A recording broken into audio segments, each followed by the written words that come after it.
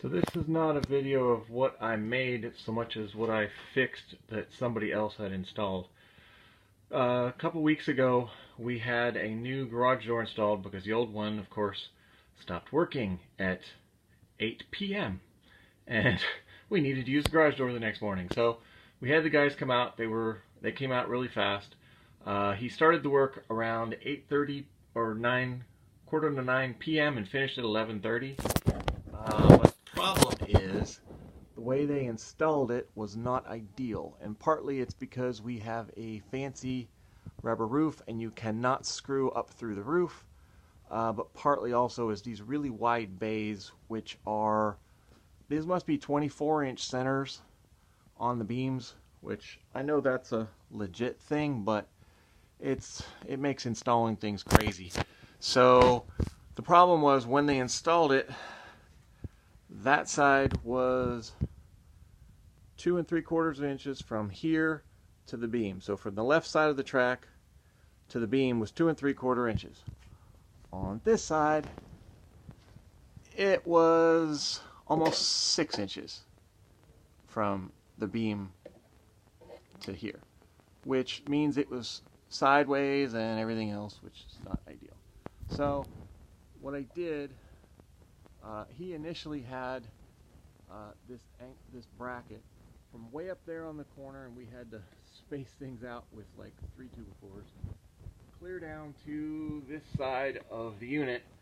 And on this side, he had this piece that went from right there, way over here, almost horizontal to the unit, which, needless to say, doing it that way is not only not very square, but it also wobbled a lot and was really wobbly. So what I did, and try and block this light so it's not in the camera. Alright, it's a little better. So I made a piece of 2x4 that comes down with an L bracket attaching the two and some screws going in that way, 2 pocket screws. And then on this side it's the same thing. Oh, that light. A vertical piece with an L bracket. And then just a 5/16 bolt down through. It's not easy to hold the iPad. Sorry if it's crazy. And luckily, I highly recommend them for do-it-yourselfers. Get a tap and die set. They make so much easier if you have a bolt that's the right size but just doesn't have the threads down far enough. Like in this case, the threads only went down 1 inch and I had to go way down. That makes it so much easier. You don't have to run to the store and everything else. So I used my tin snips to trim this so I could make vertical pieces, and now it is rock solid. It is level this way and the track is level this way, whereas before it was tilted, and like I said, this distance was not the same and it just was not a good thing.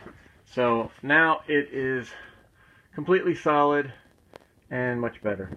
So anyway, that's, again, it's not what I made new, but it's what I fixed, and it's much improved.